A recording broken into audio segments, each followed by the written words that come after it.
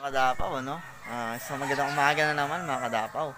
For today's video mga kadapaw is abangan na naman ngayong linggo. First lap derby na natin mga kadapaw. Isinali natin si 2452 tsaka yung kapatid ni Kuyo.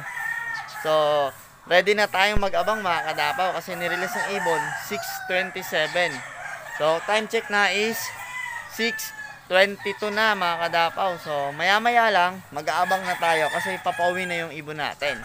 So kung gusto niya akong samahan mag-abang mga kadapaw, tara!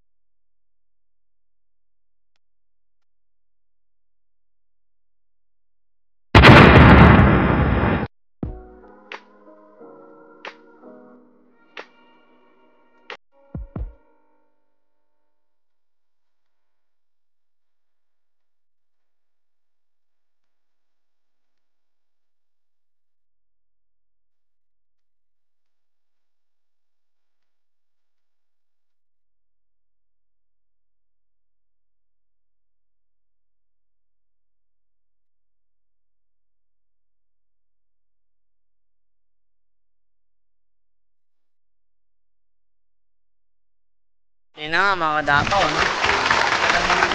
Pauwi natin si 2452. Yung kapatid ni Kuyo, ewan ko kung anong nangyari mga kadapaw. Kasi cut off na siya. Ngayon, time check na is 8:49 na, wala pa rin siya. Ano kaya nangyari doon? So okay lang yun, basta makauwi siya. At least makauwi pa rin siya. Meron pa rin siyang pag-asa, pero dikyo na sa survivor category. So yun mga kadapaw, antayin natin siyang makauwi. So abangan natin uli. Kung hindi man siya makauwi, okay lang yun kasi part of the game yun mga kadapaw. Nga siya mga kadapaw, si kapatid ni Kuyo, ayan o. Meron siyang maliit na sugat sa kanang balikat niya, ayan o. Yan. Duda natin, napalkon itong ibon na to kaya hindi nakauwi ng maaga. Buti hindi siya napuruhan mga kadapaw. So okay na rin siya oh. Yan oh. Papainumin na natin siya ng energy reload booster para makarecover na kaagad. Pero konti lang naman yung ninipis na katawan niya. Ayan oh, may sticker pa. Ayan. Buti nakauwi ka pa, ha? Ayan oh, meron siyang konting sugat. Ayan. Ayan. So sa second lap, may chance pa itong ibon na to. Pero sa survivor, so disqualified na siya mga kadapaw, sayang. Pero okay na rin at nakauwi na rin yung dalawa nating ibon. So kung bago ka pa lang kadapaw sa ating channel, mag-subscribe ka na. At huwag mong kalimutan na hit yung notification bell at i-share ito mga kadapaw. So supportahan natin. So maraming salamat. Road to 500 na tayo mga kadapaw. So sana second lap pala rin tayo. So maraming salamat sa inyo mga kadapaw at God bless.